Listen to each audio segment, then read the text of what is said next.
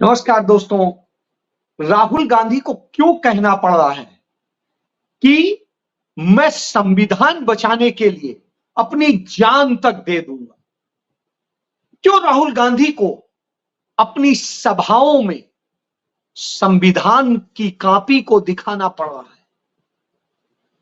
क्यों नरेंद्र मोदी को कहना पड़ रहा है कि कांग्रेस की सरकार में मुसलमानों को कोई लाभ नहीं मिला, जो भी लाभ मिला उनकी सरकार में मिला? नरेंद्र मोदी के तमाम मंत्रियों, सांसदों को क्यों कहना पड़ रहा है कि 400 सीटें इसलिए चाहिए क्योंकि संविधान बदलना है, और नरेंद्र मोदी को क्यों कहना पड़ रहा है कि 400 सीटें ही चाहिए, नहीं तो कांग्रेस ये कर देगी, कांग्रेस वो कर देगी, कांग्रेस ये कर देगी? और तब कांग्रेस पार्टी को क्यों कहना पड़ रहा है कि देश बचाने के लिए, संविधान बचाने के लिए, देशवासियों को अधिकार बचाने के लिए अब लड़ाई को और मजबूत करना है? अपने सहयोगी दलों को, मल्लिकार्जुन खड़गे को चिट्ठी लिखनी पड़ रही और जयराम रमेश को बताना पड़ रहा है कि क्यों इस देश को खतरा है, मगर प्रधानमंत्री क्यों बौखलाए हुए? क्यों ये हालात हो गए हैं कि प्रधानमंत्री ऐसा कर रहे हैं कि वो बताएं कि कैसे देश के साथ में वो कर रहे हैं? और क्यों नरेंद्र मोदी उन शासकों, तानाशाहों की लिस्ट में शामिल हो गए हैं दुनिया की, जो प्रेस की आजादी छीनते, प्रेस को बोलने नहीं देते या उसे अपना गुलाम बना लेते हैं? जी हां, बिल्कुल यही है। इसी से अपनी बात शुरू करता हूं। सबसे पहली बात, ग्लोबल जो प्रेस का होता है, तो वो राष्ट्रीय तौर पर, अंतरराष्ट्रीय तौर पर जो एक रिपोर्ट तैयार होती है कि दुनिया भर में प्रेस की आजादी किस स्थिति में है, तो उसको लेकर के जो रिपोर्ट बनी, उस वर्ल्ड प्रेस फ्रीडम इंडेक्स की रिपोर्ट के आधार पर जो पूरा निकल के आया, उसमें निकल के आया कि दुनिया के चंद लीडर हैं जिन्होंने प्रेस की आजादी को कुचला है। उनमें कौन है जान लीजिए। इमरान खान, जो पूर्व प्रधानमंत्री हैं और आजकल जेल में हैं, पाकिस्तान के पूर्व प्रधानमंत्री हैं, वो हैं। दूसरे किम जोंग उन हैं, जो नॉर्थ कोरिया के स्वयंभू हैं, राजा हैं, सम्राट हैं, किंग हैं, आप समझ सकते हैं किंग हैं। और इसके बाद में तीसरे हैं सऊदी अरब के मोहम्मद बिन सलमान। मोहम्मद बिन सलमान है जिन्होंने प्रेस की आजादी को कुचला है। और इस लिस्ट में चौथे व्यक्ति का नाम है नरेंद्र मोदी। नरेंद्र मोदी दुर्भाग्य से भारत के प्रधानमंत्री हैं, और यह स्थिति है कि यहां पर हमें लाकर के खड़ा कर दिया जाता है। इसके बाद में जो चंद और नाम है नीचे, वो है शेख हसीना, बांग्लादेश, नरेंद्र मोदी की खास मित्र हैं। कैरी लैम, हांगकांग की, नरेंद्र मोदी उन्हें बड़ा प्रेम करते हैं। विक्टर ऑर्बन, हंगरी के हैं। और इसके बाद जायर बोलासोनारो, ब्राजील के हैं। और मिन आंग लांग, म्यांमार के हैं। तो आप समझ सकते हैं कि नरेंद्र मोदी ने अपनी चौथी हैसियत इस रूप में बना ली कि वो दुनिया के सबसे ज्यादा तानाशाह, ऐसे तानाशाह हैं जो हर उस आवाज को दबाना चाहते हैं जो आवाज सवाल कर सकती है। इसीलिए उन पत्रकारों के साथ में वो इंटरव्यू देते हैं जो उनके पसंदीदा सवाल करते हैं, उनके मुताबिक सवाल करते हैं। कोई सवाल गलती से भी ऐसा पूछने की हिम्मत नहीं करते हैं कि साहेब को बुरा लग जाए। जी हां, बिल्कुल यही स्थिति है। आजकल वो बुला बुला के तमाम उन गोदी मीडिया के पत्रकारों के साथ में इसी तरह के इंटरव्यू कर रहे हैं, और जब इंटरव्यू कर रहे हैं तो निश्चित रूप से उसमें कुछ निकलेगा। तो एक इंटरव्यू में उन्होंने कहा कि कांग्रेस सरकार में जो योजनाएं चली, किसी में भी मुसलमानों को, मुस्लिम्स को कोई लाभ नहीं हुआ, उन्हें कोई लाभ नहीं दिया गया। ये खुद नरेंद्र मोदी कहते हैं कि कांग्रेस की सरकार में जो 55 साल सरकार चली देश में, उस सरकार में कोई लाभ नहीं दिया गया मुसलमानों को, और उन्हें वास्तव में जो लाभ दिए हैं वो हमने दिए हैं, जितनी बेनिफिट हो रहा है उन्हें वो हम दे रहे हैं। और यह बात उन्होंने कही कि विद्वान मुसलमानों को समझनी चाहिए और इसको लेके आगे बढ़ना चाहिए।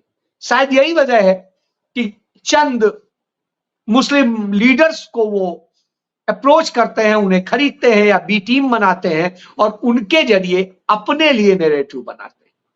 तो यह, अब आप सुनिए नरेंद्र मोदी अपने एक भाषण में क्या कहते हैं, वो सुन लीजिए कि उन्हें 400 पार क्यों चाहिए, ये सुनिए।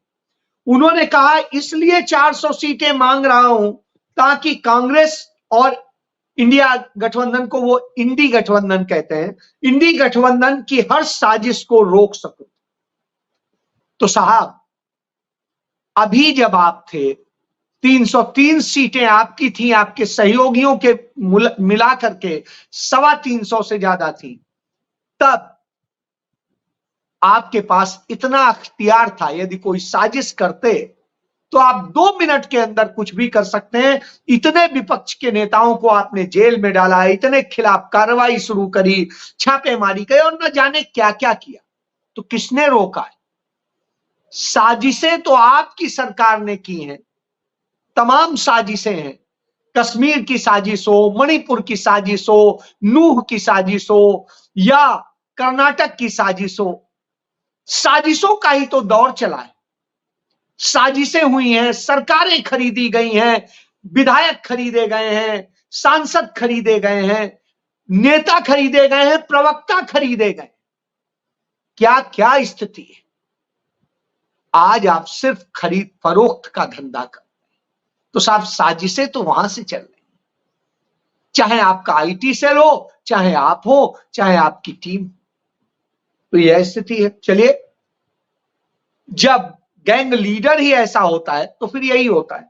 इसके बाद में, ताकि कांग्रेस कश्मीर में धारा 370 फिर से लागू न कर। भाई, आप 272 भी आ जाएंगे तो भी कांग्रेस पार्टी नहीं कर सकती है। आप 300 आ जाएंगे तो भी नहीं कर सकती है। आप 250 आ जाएंगे तो भी नहीं कर सकेगी, क्योंकि उसके बाद में आपके सहयोगी दल मिला करके आप सरकार बना ले। तो ऐसी स्थिति में कांग्रेस की साजिश और गैर साजिश का तो कोई मतलब ही नहीं बनता है, सबसे बड़ी बात। और अनुच्छेद 370 धारा नहीं है, शायद नरेंद्र मोदी को ज्ञान नहीं है संविधान का, इसीलिए शायद संविधान खत्म करना चाहते हैं। अनुच्छेद होता, आर्टिकल होता है, धारा अलग चीज होती है, आर्टिकल अलग चीज होती है। तो आर्टिकल 370 में जो प्रावधान थे जब बना था, तो उसमें प्रावधान 17 प्रावधान, और जब नरेंद्र मोदी ने उसमें से एक प्रावधान हटाया है, एक क्लॉज, तो उस स्थिति में भी उसमें अभी 4 प्रावधान बाकी, यानी अनुच्छेद 370 आज तक नहीं हटा है, गलत कहते हैं। पहली बात, उसके एक जो क्लॉज है उसको सिर्फ इन्होंने उसी धारा की ताकत का इस्तेमाल करते हुए, अनुच्छेद की ताकत का इस्तेमाल करते हुए उसमें किया, यह समझिए। चलिए, छोड़िए। इसके बाद आइए, ताकि अयोध्या के राम मंदिर पर बाबरी मस्जिद ना बनवा दी जाए, ताला न लगा दे। अब आप सोचिए, जहां मंदिर बन गया, मंदिर बनाने के लिए आप याद करिए राजीव गांधी की सरकार के समय में मस्जिद के साथ ही जहां पर कहा जाता था कि राम यहां पैदा हुए, उसी जगह पर शिलान्यास कांग्रेस सरकार ने कराया था। राजीव गांधी की सरकार थी, मुख्यमंत्री नारायण दत्त तिवारी थे, उस समय कराया गया था। तो आप समझ सकते हैं कि कैसे ये झूठ फैला के नफरत फैलाने का काम करते हैं। जो उसके लिए जमीन अधिग्रहित की गई वो शंकर दयाल शर्मा राष्ट्रपति थे, उनके समय में उनके द्वारा दिए गए आदेश पर की गई थी। और जो मस्जिद गिरने के बाद में टाइटल का मुकदमा था, उस मुकदमे में टाइटल पर फैसला आज तक नहीं हुआ है, सबसे बड़ी बात। लेकिन चलिए, जो भी फैसला है, तो उस फैसले पर ट्रस्ट के जरिए वो बना है, कहीं किसी और ने नहीं बनाया है। तो ऐसी स्थिति में यह फालतू की बात करना निश्चित रूप से हर कोई समझ सकता है, ऐसा हो ही नहीं सकता है। तीसरी चीज आप देख लें, ताकि देश की खाली जमीन, खाली द्वीप दूसरे देश को न सौंप दे। सब कोई जानता है 5000 वर्ग किलोमीटर की जमीन चीन को नरेंद्र मोदी ने सौंप दी। नरेंद्र मोदी ने बांग्लादेश को जमीन सौंपी है। नरेंद्र मोदी ने जो जो किया है, जिस तरीके से देश की संपत्तियां, देश की जमीनें सौंपी हैं, दुश्मन देशों को भी सौंपी हैं, मित्र देशों को भी सौंपी हैं। नेपाल भी कुछ जमीन 5 किलोमीटर की ले गया है। तो इस तरह की स्थिति तो आप समझ सकते हैं। इसके बाद देखिए, ताकि SC ST OBC को मिले आरक्षण पर कांग्रेस वोट बैंक के लिए डाका न डाले। तो SC ST और उसको आरक्षण के लिए डाका न डाले, तो कांग्रेस कैसे डाका डाल सकती है? जब सत्ता में आप चाहे 272 से हो, चाहे 300 से हो, चाहे 400 से हो, अख्तियार तो आप ही के पास हो। तो ऐसी स्थिति में कांग्रेस कैसे डाका डाल सकती है? तो यह खुद बताता है कि डाका डालने की नीयत आपकी है, इसीलिए आपके लोग बार बार बोलते हैं कि संविधान खत्म कर दे। इसके बाद में, ताकि कांग्रेस अपने वोट बैंक की सभी जातियों को रातों रात OBC घोषित ना कर। अब आप समझ सकते हैं कि कांग्रेस 55 साल सरकार में रही, उसने ना तो कोई जमीन किसी को सौंपी, ना ही कहीं पर किसी भी धर्म स्थल को, चाहे हिंदू का हो, मुस्लिम का हो, सिख का हो, ईसाई का हो, किसी का धर्म स्थल तोड़ के किसी को न दिया, न किसी का जबरन लिया।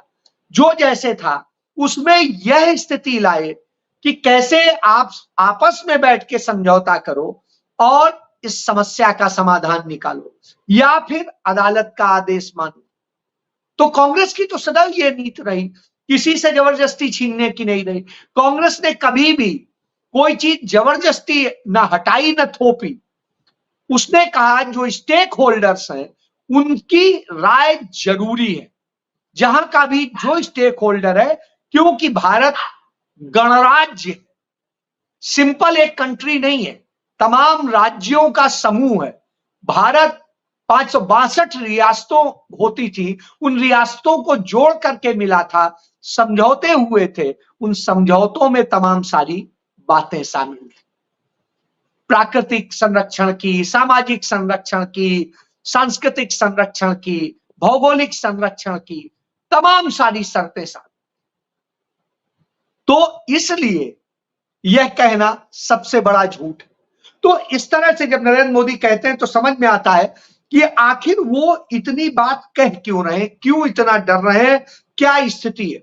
जब हम इस पर बात करते हैं तो साफ आता है कि वास्तव में इसलिए कि उनकी राजस्थान की डिप्टी चीफ मिनिस्टर यानी उप मुख्यमंत्री दिया कुमारी स्पष्ट तौर पे कहती हैं कि नरेंद्र मोदी सरकार आने वाले वक्त में संविधान और सबका संशोधन करने जा रही है, कुछ चीजें खत्म करने जा रही, कुछ बदलने जा रही।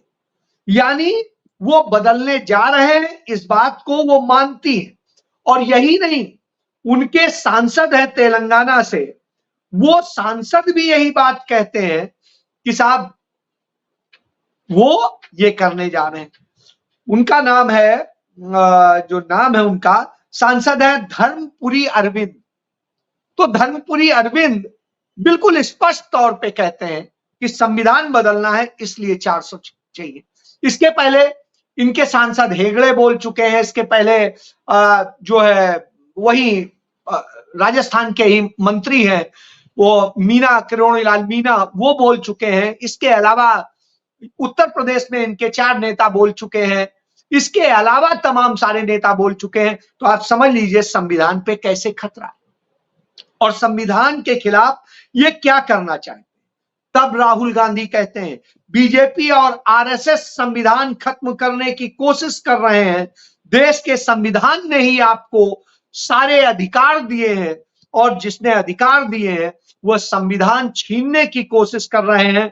लेकिन मैं आपको गारंटी देता हूं कि कभी भी संविधान को न तो खत्म होने दूंगा, छीनने दूंगा, और ना ही आपके अधिकार छीनने दूंगा।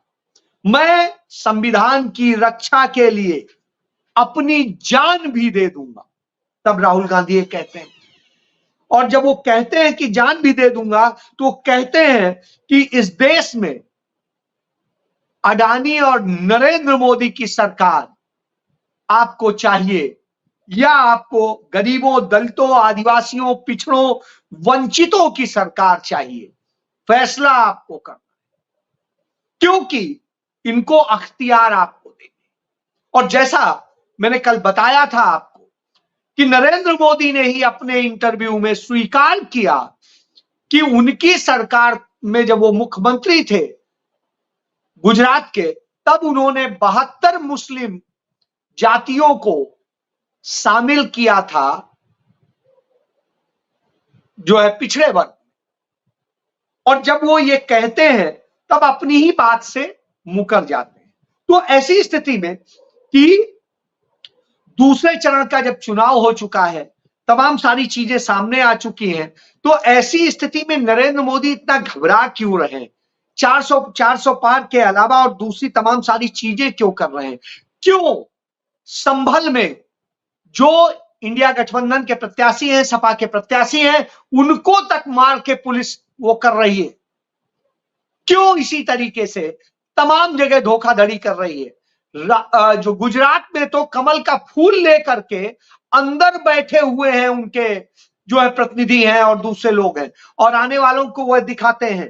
तो आप बताइए इन सब की परमिशन क्यों दे रही है और क्यों यह स्थिति, क्यों इस देश की जनता, यह स्थिति वाराणसी में जो विधायक हैं वहां पर श्रीवास्तव, सौरभ श्रीवास्तव और वहां के दूसरे और नेता जाते हैं जनता के पास वोट मांगने मोदी के लिए, तो लोग भगाते हैं यह कह के कि तुमने किया क्या है, उसका भी जवाब दे दो, तब चाहे जो कुछ कर लो। और साहब इसी तरीके से उनकी, नरेंद्र मोदी की बहुत प्यारी रानी है स्मृति ईरानी, वो भी कहती हैं कि राहुल गांधी जीते, कांग्रेस जीती, इंडिया को जैसे इंडी कहते हैं, वो गठबंधन जीता तो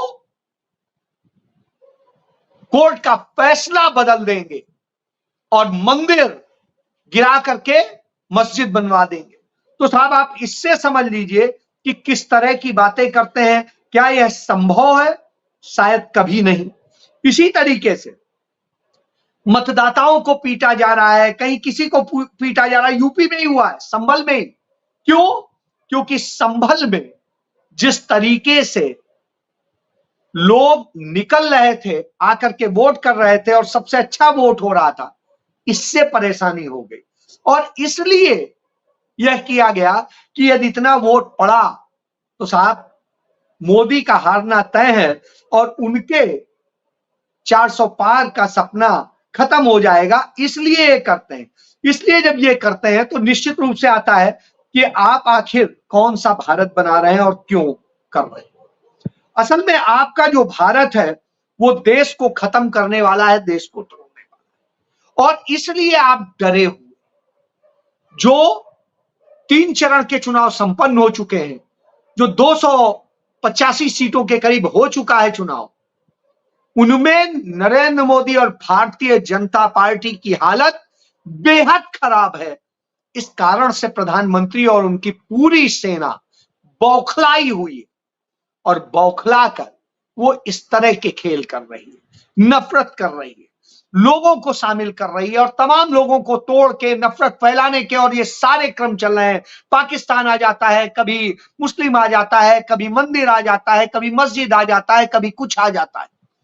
इस तरह की नफरत फैलाने का मतलब है कि आप असल में 200 सीटें भी नहीं आ रहे हैं, इसलिए आप डरे हैं और इसलिए आप ऐसा कर रहे हैं। और यही वजह है कि आप परेशान होकर के यह खेल कर रहे हैं। इसीलिए मल्लिकार्जुन खड़गे ने अपने साथी जितने दल हैं उन्हें लिखा कि चुनाव आयोग जिस तरीके से काम कर रहा है, ऐसी स्थिति में हम सबको मिलकर के इसका मुकाबला करना है, क्योंकि वो साजिशों का हिस्सा बन। यह बात समझने की जरूरत है। यदि अभी समझेंगे तो सही नतीजे आएंगे, नहीं तो समस्या खड़ी। तो अब फैसला आपको करना है कि आपको संविधान बचाने वाले के साथ खड़ा होना है, देश बचाने के वाले के साथ खड़ा होना है, देशवासियों के अधिकार बचाने वाले के साथ खड़ा होना है, या संविधान खत्म करने, मंदिर मस्जिद की बात करने, पाकिस्तान और अफगानिस्तान की बात करने वाले के साथ खड़ा, या डिक्टेटर के साथ खड़ा होना, स्वतंत्रता खत्म करने वाले के साथ। फैसला आपको करना है। जय